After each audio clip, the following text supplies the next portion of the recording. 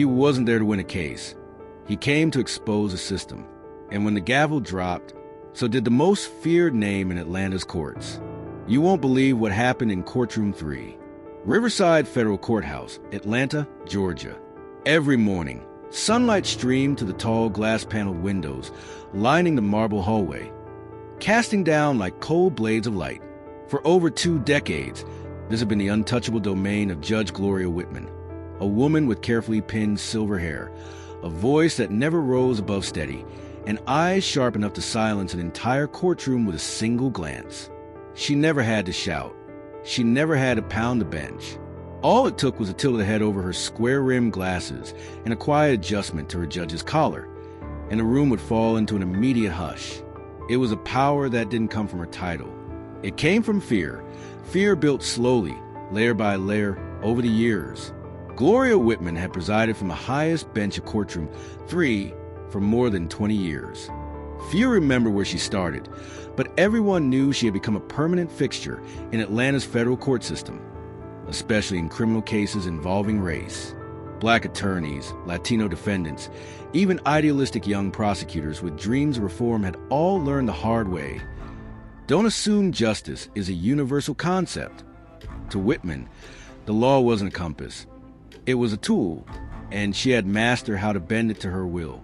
Whispers lingered in the hallways that she had dismissed clear evidence simply because it was presented by a black attorney, that she had let white prosecutors slip up without a word, that more than once she publicly ridiculed the dramatics of defense lawyers who were too emotional, a veiled phrase that no one misunderstood.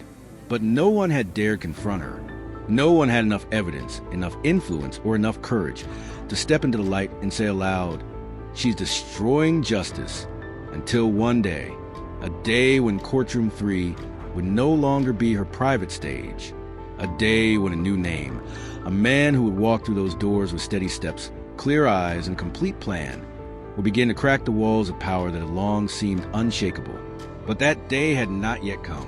Today, Gloria Whitman still sat, perched in her expensive mahogany chair, looking down at the world as if she was a law, and no one dared meet her eyes.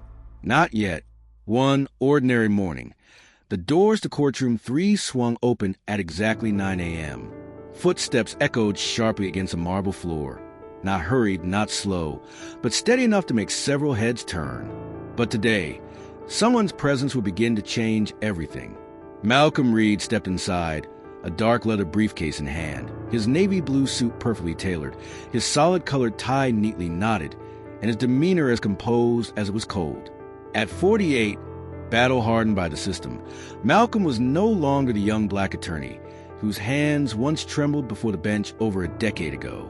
But his face, that face, the same one that Judge Whitman had once cut off mid-defense, the same one she had publicly belittled for lacking the legal maturity required for serious argument, had returned.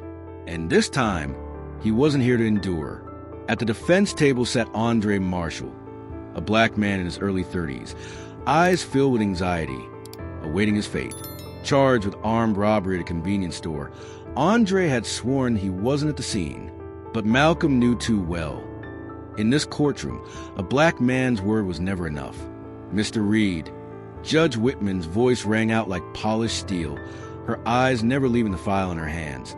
"Still remember your way to this courtroom?" Malcolm paused for a split second. "I never forget, Your Honor." Her eyes slowly lifted. For a brief moment, the two of them locked eyes. No hatred, no fear, just two people standing on opposite sides of justice, each clinging tightly to their version of the truth. "I do hope you won't make me repeat the basic rules of this courtroom," she said flatly, though her meaning struck sharper than any gavel. "I assure you," Malcolm replied, voice steady, "I will uphold the law, exactly as this court is meant to." He pulled out the chair beside Andre, his gaze never once leaving hers. Across the aisle, Prosecutor Darius Carter, a young man with slick back hair and a confident, almost cocky glint, adjusted his collar and glanced at Malcolm like sizing up a relic of past. "The prosecution is ready, Your Honor," he said. "Good," Whitman replied curtly. "We'll begin preliminary arguments. I want this case closed by Friday." Malcolm said nothing. He turned to Andre, the man slowly being crushed under the weight of the system that never gave him a fair chance. Then opened his briefcase, not to put on a show, but because this time he carried the truth and a plan. A plan Judge Whitman, who had once silenced him in this very room, would never see coming. This wasn't just a case. It was the final battle, and Malcolm was ready. The trial began, but it quickly became clear that Courtroom 3 was no longer just a space for justice. It was a stage, and on that stage, Judge Gloria Whitman wasn't merely the presiding authority. She was a director, the screenwriter, and, until now, the undisputed lead. The moment Malcolm opened his mouth to issue his first objection, regarding evidence not disclosed during the pretrial phase, Whitman sliced through it with a sharp glare from a bench. "Overruled," she said flatly. "Mr. Reed, let's not start this trial by wasting the court's time." Malcolm didn't flinch. He simply nodded, then shifted his gaze toward the jury as if to say, "You see what I'm up against." Darius Carter, the young prosecutor, resumed his examination with clumsy questions and sloppy transitions. He forgot to cite legal precedent, misstated timelines, and even called one of the witnesses by the wrong name twice. But instead of correcting him, Whitman stepped in, softly rephrasing his question for him, then turned to Malcolm with a tone laced in condescension. "If Mr. Reed feels disadvantaged by the prosecution's inexperience, he may file an appeal after the verdict. But in this courtroom, I run the proceedings." "Noted, Your Honor," Malcolm replied, his voice calm. But beside him, Andre's hands had tightened into fists. The veins along his knuckles rose like cables, and his eyes burned a hole through the black robes of the woman who, with a nod, seemed to be stealing his future. Then came the critical witness, the only person who claimed to have seen Andre leaving the scene of the robbery. Malcolm pressed with a line of questions meant to verify the visibility of the location, guiding the witness to admit that the lighting conditions made accurate identification nearly impossible. "Objection!" Darius shouted, though his reasoning was vague at best. "Sustained," Whitman ruled before Malcolm could finish the sentence. "Mr. Reed, please refrain from implanting irrelevant details in the jury's mind." "Your Honor," Malcolm spoke again, letting a sliver of frustration break through for the first time. "I'm trying to clarify a factor that could shift the entire trajectory of this case." "And I," Whitman replied coldly, "am trying to prevent this trial from turning into an undergraduate lecture on criminal procedure." For nearly 2 hours, every effort Malcolm made was shut down.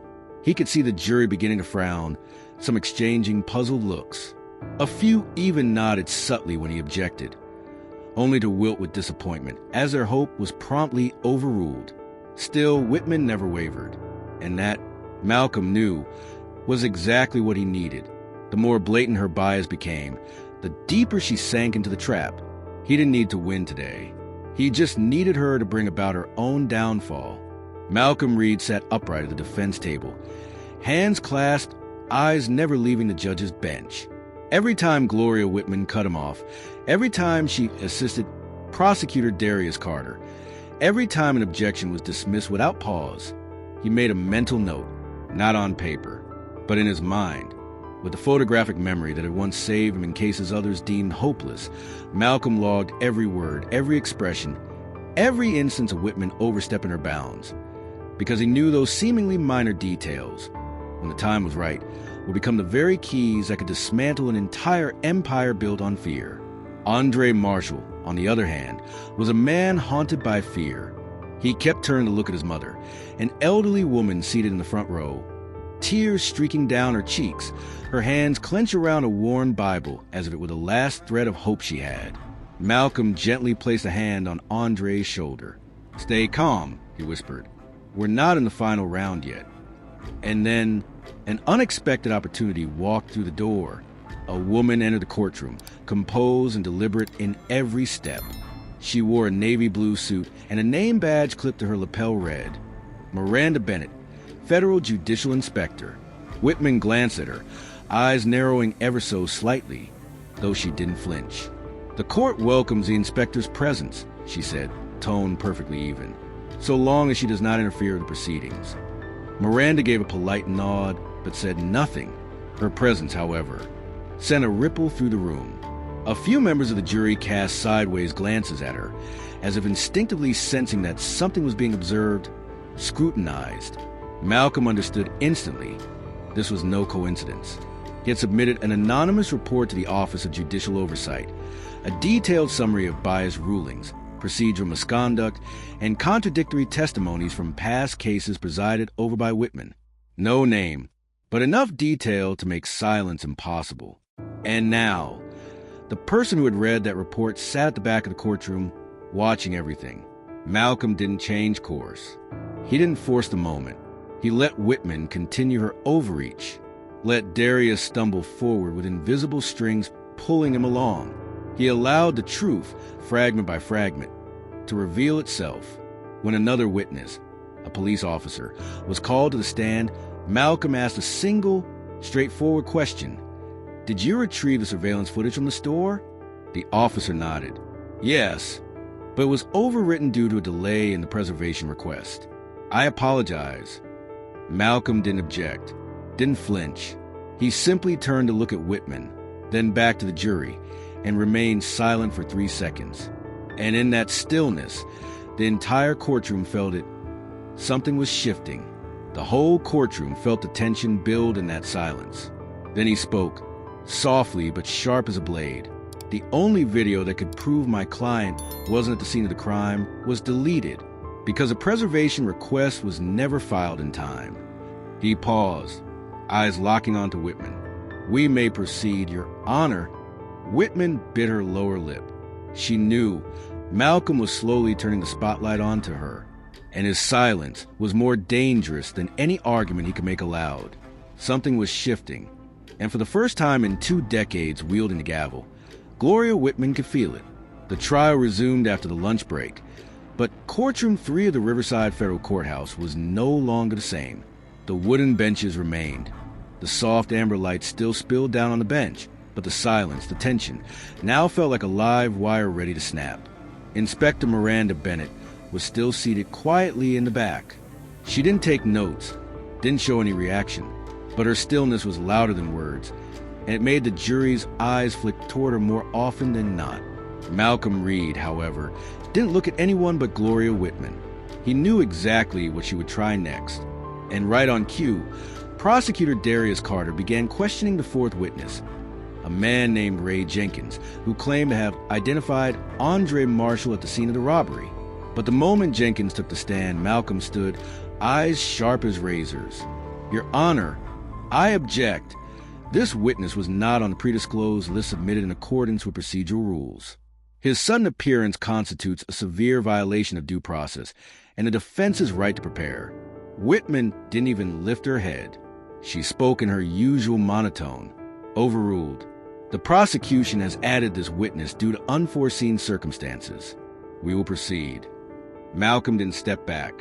"Then I move to strike the testimony and request an official record of procedural violation. This is a clear breach of the Brady Rule. Failure to disclose evidence and surprise witnesses."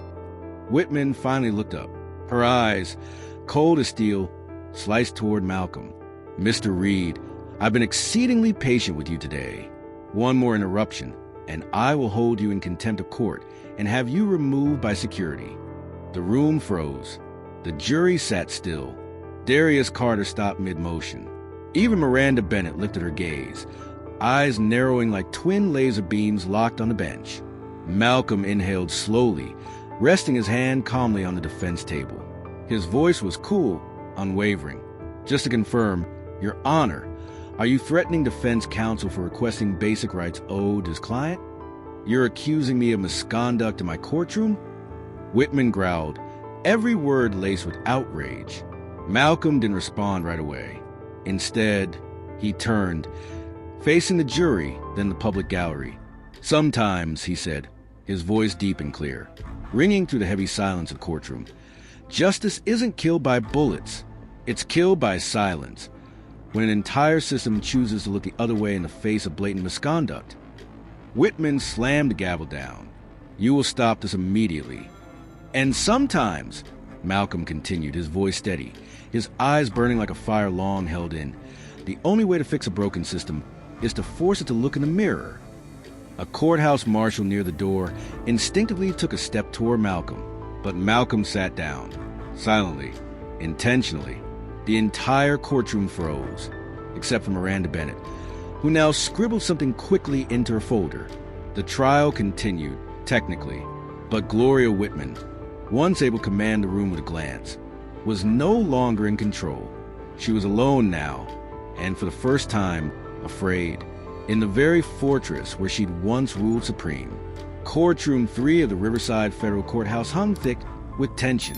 Malcolm Reed's final words still echoed like an unsigned indictment through the air. Judge Gloria Whitman pounded her gavel, harder than usual, as though its echo could smother the invisible quake now pulsing through the room. "We will proceed with the testimony of Mr. Jenkins," she announced, her voice crisp and forced. But she never made it to the next sentence. Bang!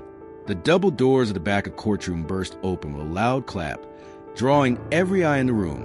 2 men in sharp black suits entered, crisp uniforms and federal badges gleaming under the ceiling lights. They didn't need to shout. Their presence alone shifted the room's gravity. "Judge Gloria Whitman," said the taller agent, his tone calm, almost like he was reading a morning headline. "We are with the Department of Justice. You are under arrest." Whitman stiffened. "You can't be serious. This is a federal courtroom. I am presiding over an active trial." The second agent stepped forward, producing a thick black file folder. "You are being charged with bribery, abuse of judicial authority, obstruction of justice, and multiple violations of federal civil rights statutes." A collective gasp echoed from the gallery. The jury sat stunned. Witness Jenkins nearly dropped the microphone. Malcolm didn't flinch. Whitman sprang up from the bench, her face pale, but her voice still clinging to arrogance. "This is absurd. This is a setup." One of the agents raised a hand calmly. "We have federally authorized arrest warrant signed by U.S. District Judge Marshall in Washington, D.C. It is effective immediately." Malcolm stood, gently placing his hand on the defense table.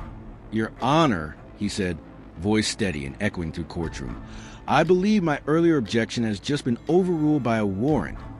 Whitman snapped her head toward him, her eyes, once proud and glacial, now wide with fear. "What have you done?" she whispered. "Not me," Malcolm replied, taking a step forward, his gaze unwavering. "Justice, you just thought it would never come for your bench." The agents climbed the steps to the bench, one pulling out a pair of handcuffs. There was a moment of hesitation. After all, she had stood atop this court for over 20 years, wielding absolute authority. But today, she had nowhere left to hide. Click! The sound of the handcuffs locking echoed like a verdict, delivered not by gavel, but by consequence. A sentence not just for Whitman, but for every voice she'd silenced. The courtroom stood still. Down below, Andre Marshall, falsely accused, looked up for the first time during the entire trial. In his eyes was disbelief and the first flicker of hope. Malcolm watched as the agents led Whitman down from the bench, the very place from which she once ruled with nothing more than a furrowed brow. Now, it bore witness to her exit, like any other defendant, and he knew this battle was far from over. The sound of steel locking around Gloria Whitman's wrists rang through the courtroom like an unspoken sentence, heavy, undeniable, final. The 2 federal agents flanked her, but Whitman still tried to cling to her massive control. "You will regret this. I am the law here," she shouted, her voice cracking. No longer composed tone of judge, but the desperate cry of someone losing her kingdom. But the outburst only fueled the storm. A young reporter stood abruptly, raising her camera high. "Get full coverage," she called out, as if cueing a news crew. And like sparks catching fire, phones emerged from jurors, spectators, even court staff. People who had bowed in silence for years now documenting the fall of a woman they once feared. All eyes were now on her. That was when Malcolm Reed stepped forward, shoulders back, gaze steady, facing the woman who once treated him like a thorn in her side. "Judge Whitman," he said, his voice clear and steady, needing no microphone. "You once told me that my voice held no value in this courtroom. But today, you prove the opposite." Whitman turned sharply toward him, her eyes disoriented. You set me up? No, Malcolm replied calmly. You destroyed yourself. I simply turned the light on where you tried to hide your guilt. A collective gasp rose in the gallery, followed by scattered but firm applause. A middle-aged man in a work uniform, likely a family member of a past defendant, spoke aloud, clear as day. Took long enough for someone to finally stop her. Then something unexpected happened. A young black man stood up from the public gallery, clutching a faded folder in his trembling hands. My name is Marcus Leach. 10 years ago, she denied my father's appeal even when his alibi was solid. He died in prison 2 years later from late-stage cancer. The room fell into a heavy silence. Malcolm nodded toward Marcus, a quiet acknowledgement. The tears in the young man's eyes held the weight of a decade's worth of pain, echoing through every soul in the room. Whitman said nothing. She lowered her head, silver hair falling over half her face. The same face that had once struck fear into seasoned attorneys, now reduced to the cracked mask of a fallen monarch. The agents led her past Malcolm. He tilted his head slightly toward her, voice low, not loud, but sharp enough to leave an imprint on the mind. This is justice. Not because you wear handcuffs, but because you'll never put them on anyone else again. The gallery erupted in thunderous applause, and this time, no one tried to stop it. The courtroom doors closed behind Whitman with a final metallic click, a punctuation mark on a reign of cold power, where justice had been twisted, bent, and buried. But now, the weight had shifted, and for the first time in 20 years, the judge's bench had been shaken. Courtroom 3 of the Riverside Federal Courthouse felt drained, as though the oxygen had been sucked out.